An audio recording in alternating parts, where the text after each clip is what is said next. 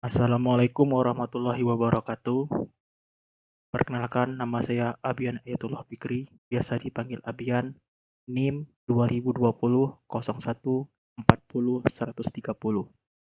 Saya merupakan mahasiswa Universitas Muhammadiyah Yogyakarta angkatan 2020.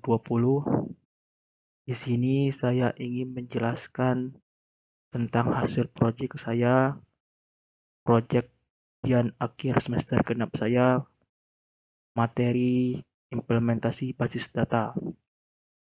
Sebelum saya membahas hasil proyek saya ingin membahas sedikit tentang apa itu database dan juga diagram ERD dan RAT. Database merupakan kumpulan informasi yang disimpan secara sistematis dalam perangkat komputer, sehingga dapat dicari dan diperiksa melalui suatu program komputer yang saat ini informasi tertentu sedang dibutuhkan. Agar dapat membuat database yang terstruktur, kita harus membuat ERD atau Entity Relationship Diagram. ERD merupakan sebuah model untuk menyusun database agar dapat menggambarkan data yang mempunyai relasi dengan database yang disediakan. Dalam membuat ERD, terdapat 3 elemen penting yang harus dibutuhkan dalam ERD. Yang pertama yaitu entitas. Entitas merupakan suatu objek yang dapat dibedakan dari lainnya yang dapat diwujudkan dalam basis data, atau bisa juga didefinisikan atau juga bisa diistilahkan dengan suatu objek yang memiliki keunikan tersendiri yang membedakannya dengan yang lain. Contoh entitas yaitu seperti siswa dan mahasiswa. Lalu yang kedua ada hubungan atau relasi. Merupakan hubungan antara dua jenis entitas dan direpresentasikan sebagai garis lurus yang menghubungkan dua entitas. Selanjutnya, dalam hubungan relasi itu terdapat 3 poin lagi, yaitu one to one, yang mana setiap entitas hanya bisa mempunyai relasi dengan satu entitas lainnya, seperti siswa dengan NIS. Lalu ada one to many, yaitu hubungan antara satu entitas dengan beberapa entitas, seperti guru dengan murid. Lalu ada many to many, setiap entitas bisa mempunyai relasi dengan entitas lain, seperti siswa dengan ekstrakurikuler. Elemen yang ketiga dari ERD atau yang terakhir yaitu atribut. Atribut memberikan informasi lebih rinci tentang jenis-jenis entitas, mulai dari tipe datanya, jenis datanya apa, dan primary key serta kunci anaknya. Selanjutnya saya ingin memberikan contoh ERD sekaligus menerangkan hasil proyek saya. Di sini saya disuruh membuat rekap keuangan di mana tabel ERD-nya sudah disediakan. Saya tinggal mengubah tabel ini menjadi tabel RAT dan membuat database serta tabel-tabelnya. Di sini dapat dilihat bahwa saya memiliki 7 entitas. Entitas dapat dilihat berbentuk kotak persegi panjang. Ini merupakan entitas yang berbentuk kotak persegi panjang, ini merupakan entitas. Sedangkan yang lingkaran ini merupakan atribut-atributnya. Kode keluar ini yang bergaris bawah ini merupakan primary key atau kunci induk atau yang memiliki keunikan tersendiri dari atribut-atribut lainnya, seperti juga nick, nama, dan juga antara nick dan nama. Di sini entitasnya ada 7, yaitu pengeluaran, karyawan, pengajuan, status karyawan, kode transaksi, serta periode dan pemasukan. Di sini saya disuruh untuk membuat database-nya mulai dari penyimpanan cadangannya, penyimpanan primernya, serta penyimpanan log. Untuk itu langsung saja kita ke SQL Server. Pertama saya disuruh untuk membuat database-nya. Di sini saya membuat create database menggunakan nama saya sendiri, Abian, on, nama ini merupakan nama filenya, nama database-nya, itu file name-nya apa, disimpan di mana. Saya menyimpannya di D dengan format abiandb.mdf. Ini merupakan penyimpanan primer, size-nya 17 MB, maksimal size 31, serta penyimpanan pertumbuhannya itu 3 MB. Untuk penyimpanan cadangannya menggunakan kode NDF. Ukurannya 31 MB, maksimalnya 41, pertumbuhan penyimpanannya 12 MB. Untuk penyimpanan log, di sini penyimpanan log saya bikin format abian_log.ldf. Ini menandakan dia penyimpanan log. Lalu untuk menggunakan, lalu kita create, kita log, lalu execute. Kebetulan saya ini sudah execute-nya. Lalu untuk menggunakan ini kita pilih, kita ketik use nama database-nya, lalu go, lalu execute.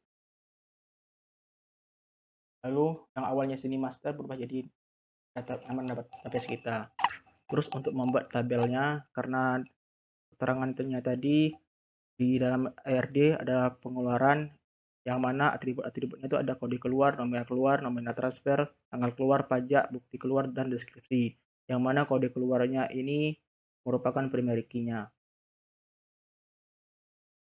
Langsung saja create table, namanya apa, pengeluaran tadi, terus kode keluar, tipe datanya char 20, lalu karena kode keluar ini merupakan ditandai garis bawah, berarti itu merupakan primary key, dan menggunakan constraint not null, yang berarti data tidak boleh kosong atau bernilai null. Lalu tanggal bertipe date, bukti keluar bertipe varchar, nominal keluar bertipe integer atau angka atau numerik, nominal transfer juga integer, serta pajak itu desimal, serta deskripsi varchar yang berkarakter 100. Lalu untuk tabel karyawan, di sini kode primary key-nya nick yang bertipe char karakter 20, terus nama varchar-nya, nama, tipenya varchar karakter 50, lalu kode keluar, ini kode keluar char foreign key referensi, ini merupakan kunci tamu atau kunci anak dari pengeluaran, karena untuk bisa membuat hubungan antar relasi antara entitas pengeluaran dengan karyawan. Lalu pada status karyawan juga memiliki relasi dengan karyawan, yang mana pada status karyawan memiliki relasi dengan nick. Ini ID status seperti char, primary key, constraint-nya not null. On update cascade, on delete cascade ini merupakan integrasi data. Jika datanya berubah, salah satu misal kode keluarnya berubah, maka di tabel karyawan juga ikut berubah. Jika status karyawan misalnya nick-nya berubah angkanya, maka di status karyawan juga berubah. Begitu sebaliknya untuk penghapusan. Lalu create table pemasukan, ada kode masuk char karakter 20 merupakan primary key, dan pemasukan bersih bertipe data integer. Untuk periode, tabel periode, jadi periode bertipe char yang merupakan primary key, kunci induknya constraint-nya not null, semester varchar karakter 10, tahun ajar date, kode masuk char karakter kode masuk ini diambil dari pemasukan karena memiliki hubungan relasi, supaya entitas periode dan entitas pemasukan saling berrelasi. Lalu untuk kode transaksi bertipe char, jenis transaksinya bertipe varchar, kemudian pengajuan. Untuk tabel entitas pengajuan, mengapa saya letakkan paling bawah? Karena pada entitas pengajuan ini dia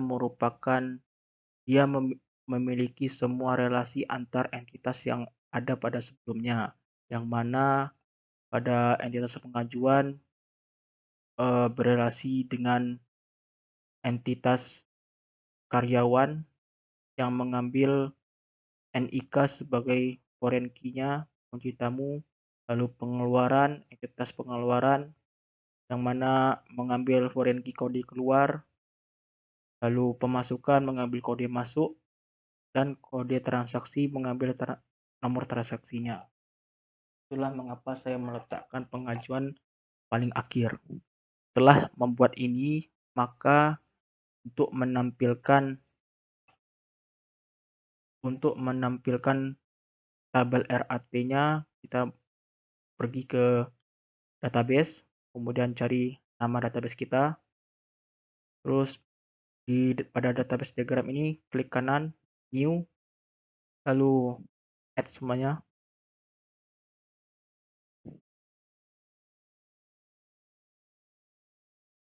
Nah, ini merupakan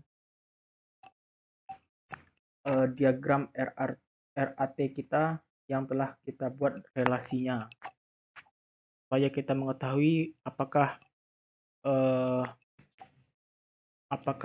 entitas-entitasnya telah berelasi dengan entitas yang lainnya, seperti entitas pengeluaran berelasi dengan karyawan, karyawan berelasi dengan status karyawan, serta kode transaksi berelasi dengan pengajuan, pemasukan berelasi dengan periode, periode berelasi dengan pengajuan. Inilah merupakan tabel RAT-nya, diagram RAT-nya. Lalu saya juga disuruh untuk membuat dikarenakan informasi dari nama-nama kolom dirasa rahasia, maka buatlah store prosedur yang digunakan untuk mengisi masing-masing tabel yang ada. Maksudnya ini saya disuruh untuk membuat store prosedur untuk menyisipkan isi pada setiap tabel. Cara untuk membuat store prosedur cukup mudah, yaitu dengan create prosedur, namanya apa, terus misal kalau ingin membuat insert prosedur pengeluaran, maka kita lihat sebelumnya pada tabel pengeluaran itu atribut-atributnya ada apa saja, mulai dari kode keluar, tanggal keluarnya, bukti keluar, nominal transfer, pajak, deskripsi, serta tipe datanya harus sesuai dengan pada tabelnya. Setelah kita deklarasikan semuanya, maka buat insert itu pengeluaran, kode keluar, keterangan kolom pertama, tanggal keluar, di keluar, nominal keluar, serta nominal transfer, pajak, dan deskripsi. Begitu juga untuk store prosedur insert data pada tabel yang lainnya seperti insert karyawan. Dan insert status karyawan juga seperti itu. Selanjutnya, saya juga disuruh untuk menyiapkan query untuk mengubah isi data dari masing-masing tabel dengan parameternya adalah primary key-nya. Di sini saya menggunakan store prosedur update data, yang mana cara membuatnya itu create prosedur, nama yang ingin kita buat. Saya membuat update pengeluaran karena harus dibuat update pada setiap tabel-tabelnya, bersama seperti create prosedur untuk insert, tetapi bedanya hanya diletakkan pada setelah AS itu adalah update, pada insert itu setelah AS adalah insert into, supaya untuk menyisipkan isi pada tabel entitas kita. Syaratnya itu update pengeluaran, nama tabelnya pengeluaran, set atribut-atributnya, lalu dikatakan dalam soal parameternya itu harus primary key, yang mana primary key pada pengeluaran yaitu kode keluar. Untuk karyawan juga seperti itu, update nama kolomnya karyawan, set atribut-atributnya apa saja, lalu parameternya itu adalah primary key. Untuk status karyawan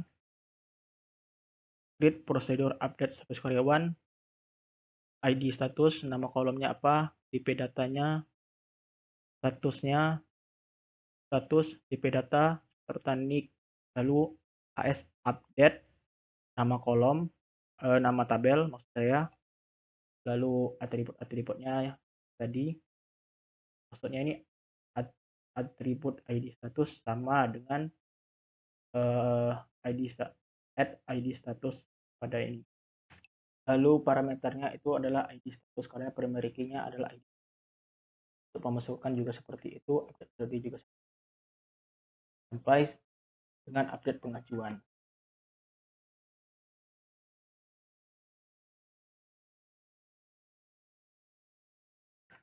Untuk membuat cadangan penyimpanan database jika penyimpanan primernya penuh, itu telah saya jelaskan di awal tadi dengan menggunakan file group. Ini menerangkan bahwa ini merupakan penyimpanan cadangan, di mana namanya adalah NFG, lokasi penyimpanannya itu ada di D dengan format NDF, lalu ukurannya, ukuran maksimum, serta ukuran pertumbuhan penyimpanan.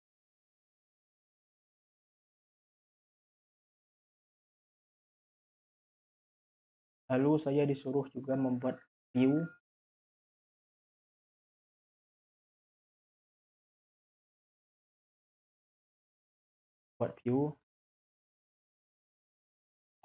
yang mana bisa menampilkan data yang berisi tahun ajar, semesternya, saldo awal, saldo akhir. Saldo akhirnya diambil dari jumlah pengajuan dikurang total nominal transfer, serta tanggal pengajuannya, tanggal pengeluaran, kode transaksi, jenis transaksi, deskripsi, kredit diambil dari jumlah pengajuan, debit diambil dari pengeluaran, serta sisa saldo diambil dari sisa saldo pada tabel pengeluaran. Caranya yaitu create view, nama folder baru kita, nama view kita ini apa. Nah, ini saya buat view-nya tampilan data, AS mengambil data dari tahun ajar karena dia mintanya tahun ajar, kemudian semester, pemasukan bersih, lalu pemasukan bersih, saldo akhir, transaksi, tanggal keluar, tanggal pengajuan, deskripsi, nominal pengajuan, kredit, keluar, debit, serta sisa saldo. Maksud A dot tahun ajar ini merupakan objeknya.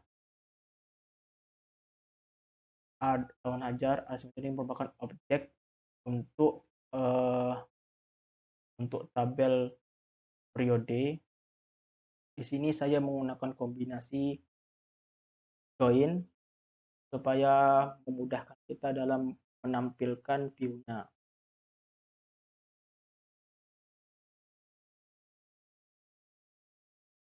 Terus untuk mendapatkan saldo awal, saya menggunakan pemasukan bersih. Saya ganti namanya menjadi saldo awal, nama kolomnya. Terus untuk saldo akhir itu merupakan jumlah dari nominal pengajuan dikurang dengan total nominal transfer. Lalu saya ubah namanya menjadi saldo akhir. Untuk tanggal pengajuan ini diambil dari tabel pengajuan, tanggal keluar diambil dari pengeluaran, kode ini diambil dari transaksi yang objeknya merupakan E, lalu deskripsi saya ambil dari pengajuan, nominal pengajuan saya ambil dari tabel pengajuan, dan lalu saya ubah menjadi kredit, namanya menjadi kredit, yaitu nominal keluar, perlu ubah menjadi nama debit. Lalu from pemasukan B, maksud berarti objek B ini menerangkan bahwa dia berasal dari tabel pemasukan. Lalu join pengajuan C, yang mana C ini merupakan atribut-atribut yang ada pada tabel pengajuan. Di sini atribut-atribut pada pengajuan yaitu ada nominal pengajuan, nominal tanggal pengajuannya, dan ada lalu on dilihat atau dilihat dari kode masuknya sama dengan kode masuk. Maksudnya nih kode masuk pada kolom pemasukan sama dengan kode masuk pada pada tabel pengajuan. Lalu join lagi karena saya mengambil 5 data, 5 tabel, maka saya menggunakan join. Pengeluaran objeknya D ditandai dengan huruf D, berarti kolom-kolom yang nominal keluar ini merupakan kolom yang berasal dari tabel pengeluaran. Lalu dilihat bahwa kolom kode keluar pada pengeluaran sama dengan kolom kode keluar pada tabel pengajuan. Lalu join periode, hubungkan juga dengan periode A, dan kode masuk periode sama dengan kode masuknya pemasukan. Untuk melihat tampilannya itu kita buat select bintang from tampilan data ini, lalu blok akan terlihat counter semester 1 awal, 1 akhir, tanggal pengajuan, tanggal keluar, transaksi, deskripsinya, kredit, debit, dan saldo. Di sini saya belum mengisi datanya karena harus menunggu dari tabel triggernya. Lalu saya juga disuruh untuk membuat store prosedur untuk mengambilkan data pengajuan anggaran di mana periode pengajuan berada pada tahun tertentu, semester tertentu, dan pengajuan dilakukan pada rentan tanggal tertentu. Selanjutnya saya disuruh untuk membuat store prosedur untuk mengambilkan data pengajuan anggaran, periode pengajuan, serta rentan waktu dan serta semesternya. Bagaimana caranya? Yang pertama yaitu hampir sama dengan create prosedur dengan update atau insert, tetapi ini diganti dengan select atau untuk menampilkan, yaitu pertama create prosedur, nama store prosedurnya apa, as select, fill datanya mau yang ditampilkan apa saja, nominal pengajuan saya ubah namanya menjadi pengajuan anggaran, datanya saya ambil dari nominal pengajuan. Terus katanya untuk menampilkan tahun periode pengajuan, maka saya ambil dari date part, akan di date part itu saya hanya menampilkan tahunnya saja. Lalu datanya saya ambil dari tanggal pengajuan, lalu namanya adalah periode pengajuan. Lalu semester ini saya ambil dari tabel periode, lalu date part. Untuk melihat rentan waktu saya menggunakan date part day of year, tanggal pengajuan. Langsung saja kita coba execute dan berhasil. Kita lihat tampilannya seperti apa. Pengajuan anggaran, periode pengajuan, semester, dan waktu. Karena ini data saya masih kosong, belum saya masukkan. Selanjutnya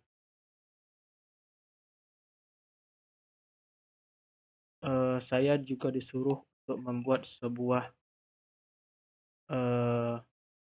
trigger yang mana berfungsi untuk mencegah terjadinya penghapusan data pada seluruh tabel, dan juga pada tabel pengajuan dan pengeluaran sangat penting, maka kita disuruh untuk membuat trigger untuk mencegah modifikasi data dari kedua tabel tersebut.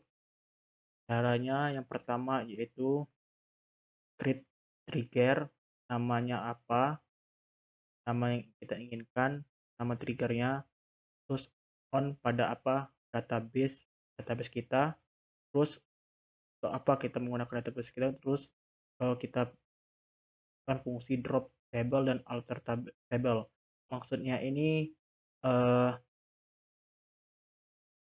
drop table berarti seseorang tidak bisa menghapus tabelnya, serta tidak juga bisa memodifikasi tabelnya. Langsung kita maka akan keluar perintah seperti Anda tidak bisa drop, alter, modify database ini. Kita buat keterangannya, silakan panggil operator untuk aktifkan triggernya. Kita coba dan sukses. Untuk mencoba semua hasilnya itu, mari kita insertkan datanya terlebih dahulu. Ini kita insert data menggunakan mode biasa atau menggunakan insert itu tanpa store prosedur. Coba, dua data telah masuk. Ada tabel karyawan, status karyawan, pemasukan, di mana ini kode masuknya, pemasukan bersihnya, terus di tabel periode, ID periode semester, tahun ajar, dan kode masuk ini ID-nya, di semester, tahun ajar, serta kode masuk. Lalu insert itu kode transaksinya, virtual account.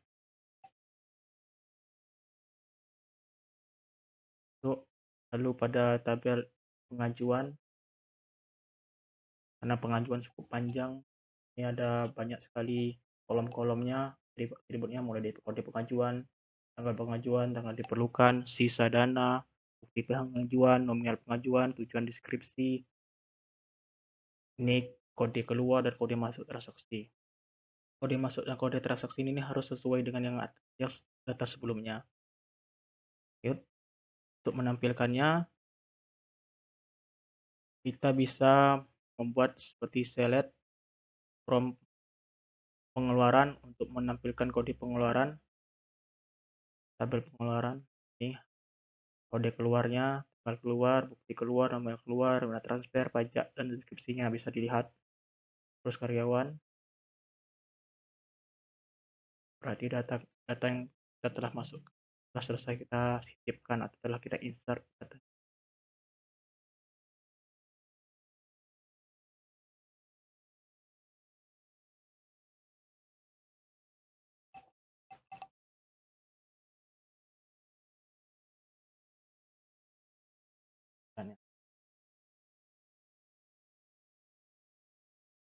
Lalu kita ada juga namanya store prosedur untuk insert data. Yang tadi cuma insert data dengan cara biasa, ini dengan cara menggunakan store prosedur, di mana bukan menggunakan insert into tetapi langsung exec. Nah, ini adalah nama store prosedurnya, ini kode pengeluarannya, tanggal pengeluarannya, bukti pengeluaran, nominal keluar, nominal transfer, pajaknya, serta deskripsinya apa. Kita coba run.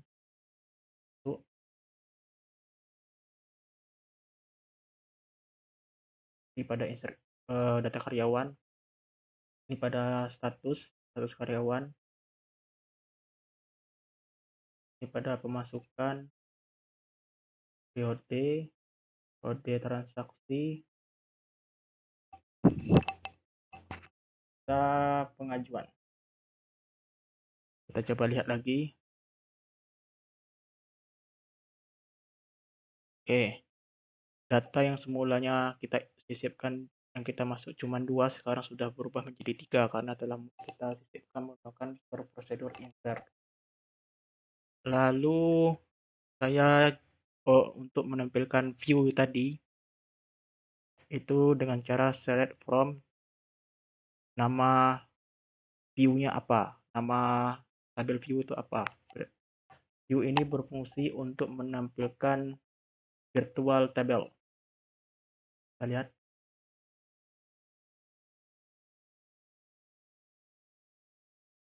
Oh, belum saya execute. Maaf.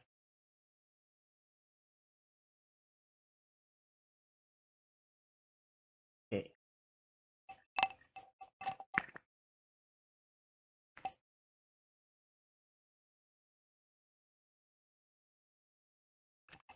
Bisa dilihat tahun ajar, semesternya, saldo awal, saldo akhir, tanggal pengajuan, tanggal keluar, transaksi, deskripsi, kredit, debit, dan sisa saldo. Bisa dilihat tampilannya. Ini bukan tampilan virtual, di mana tahun ajar saya ambil dari tahun ajarnya, tabel periode, semester dari tabel periode, serta pemasukan bersih saya ambil dari pemasukan, saldo, terus nominal untuk saldo akhir saya ambil dari kolom nominal pengajuan pada tabel pengajuan dikurangi dengan nominal transfer pada tabel pengeluaran. Untuk tanggal pengajuan pada tabel pengajuan, tanggal keluar, terus transaksi, deskripsinya saya ambil dari tabelnya pengajuan, nominal juga pengajuan. Itu untuk kredit. Untuk debitnya saya ambil datanya dari tabel pengeluaran pada kolom nominal keluar. Sisa saldo saya ambil dari pemasukan bersih yang saya ambil dari tabel pemasukan dikurangi dengan nominal keluar pada tabel pengeluaran atau entitas pengeluaran, maka akan terlihat tampilannya seperti ini. Lalu kita akan coba menampilkan prosedur, select prosedur, yang mana menggunakan SE. Ini kelihatan dia menampilkan pengajuan anggaran, prode pengajuan, serta semester dan rentan waktunya. Selanjutnya saya akan menguji apakah trigger kita sukses atau tidak. Saya coba drop table pengajuan karena fungsi dari trigger saya ini menjelaskan bahwa database tidak untuk di drop table dan alter table, maka akan muncul pesan maaf Anda tidak bisa drop, alter, modify database. Lalu ada keterangan silakan panggil operator untuk menonaktifkan triggernya menggunakan disable trigger, nama triggernya apa, lalu on database. Oke, kita coba drop pengajuan. Kita akan munculkan maaf Anda tidak bisa drop atau alter modify database. Silakan panggil operator untuk nonaktif trigger. Nama hostnya lab mhost connecting server SQL saya. Mungkin itu saja penjelasan dari saya. Lebih dan kurangnya saya mohon maaf. Assalamualaikum warahmatullahi wabarakatuh.